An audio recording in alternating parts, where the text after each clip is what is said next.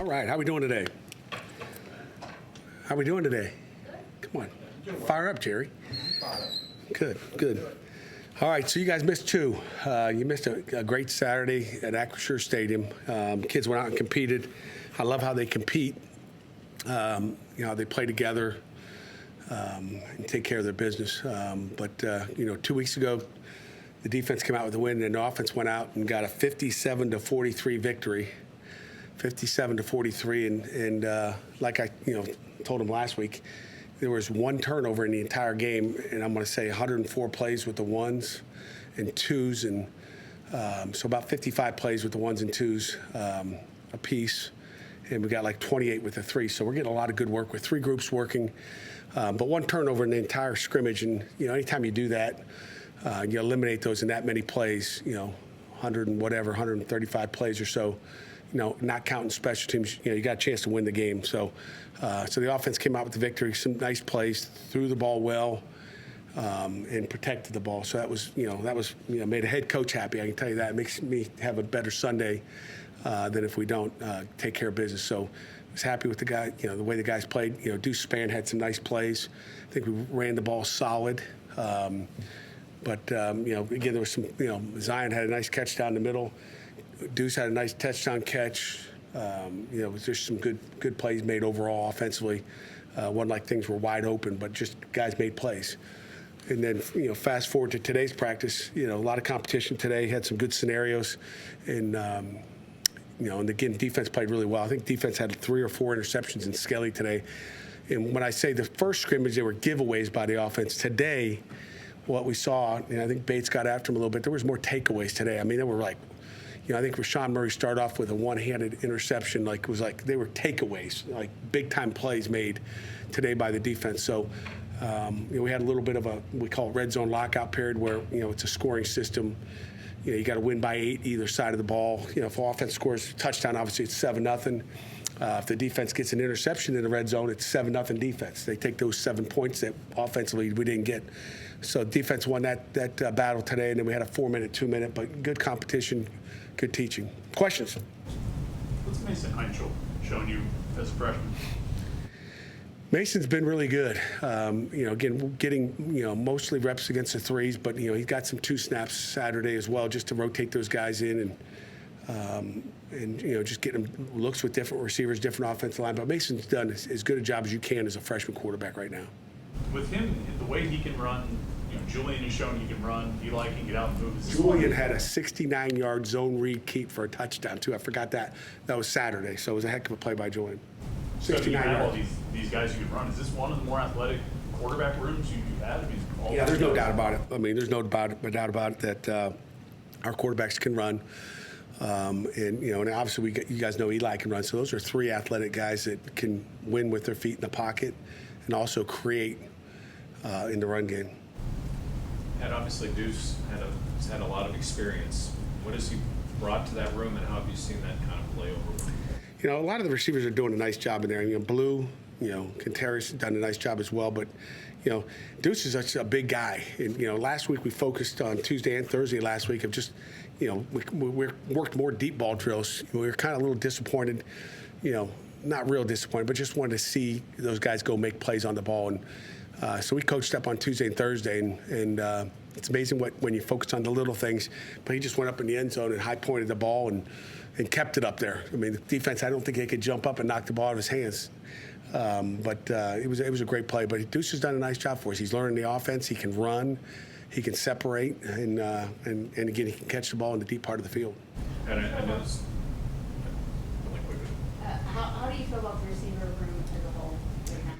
As a whole, I feel better than I did last year. I mean, and that's, with C.J. Lee not going and Poppy not going, I think it's a good group right now that's competing every day to find out who are those top 6 guys going to be, who are those 6 starters at receiver. I think that's the competition that's going on right now. Is there a sense with Deuce, and I know you've only been with him for a little bit of time, that, hey, this is it, like there's a intensity or that type of attitude that he brings daily? Yeah, it's hard to tell. He's just always, he's always got a smile on his face. He always comes to work. He doesn't say much. I mean, he's not one of those guys where you're seeing that he knows it's his last hurrah because he doesn't act like that. He just goes out every day, "What's up, coach?" and goes to work. Other than minimizing the turnovers, what were some other improvements you saw on Saturday? Just execution. I mean, I just thought, the offense went out and executed, and defense did some great things as well. It's hard when the quarterbacks aren't live and you're not hitting them, and they're yelling for sacks, and it's not a sack.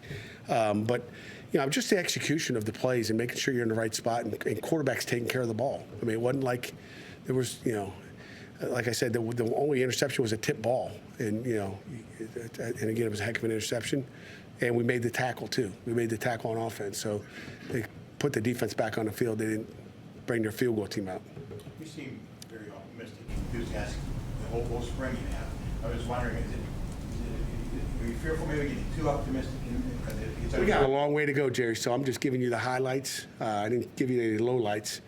But we got a long way to go. We always do. I mean, I'm going to say that in mid-August. We still have a long way to go. But I like the way our guys are working. They're trying to improve every day, get 3% better.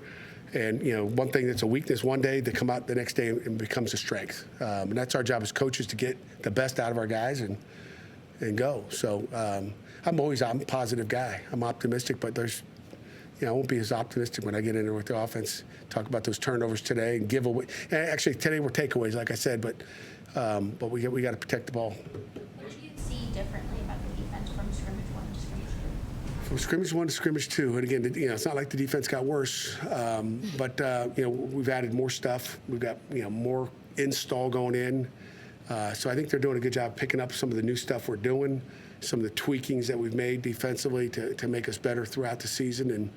And I think overall, there's always good and bad out of every day. But I don't think, based on the scrimmage, that the defense got any worse. Put it that way. But they just keep plugging away. And I really like how our team's working together. I mean, today we're all thud. There's no live. We went live 140 snaps on Saturday, but they took care of each other today, which is a mark of a selfless team.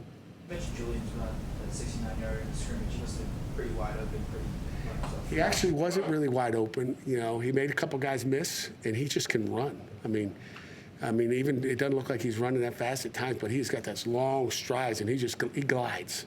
He glides. He can go. So how much leeway do you give your quarterbacks, given how much they like to run in this time of year, to get out of space? We're going to let him run. I mean, there's been some good quarterback gains. And the other thing the quarterbacks did a great job at, I wasn't happy with them in the first scrimmage, is when they did take off on a scramble, let's just say, and took off to gain yards. The first scrimmage, they were running, and then they start to slow down when they got near. Like, I was like, sprint, I'm going to give you more yards. So that was the thing. They took off going all the way to the end. The guys are going to stay off them, get as many yards as you can. And, we're going to run the quarterbacks. Defense just knows they can't hit them. Disadvantage defense, but, we want to get the quarterback runs in. We want them to scramble. We want them to fight for yards. You talked to Eli about maybe being smart with his runs. Yes. Yeah, I just watched 38 scrambles with him, matter of fact. I don't know what day it was, last Friday or Thursday, just talking about scrambles. Do you know what he averaged per scramble last year? I think it was 38.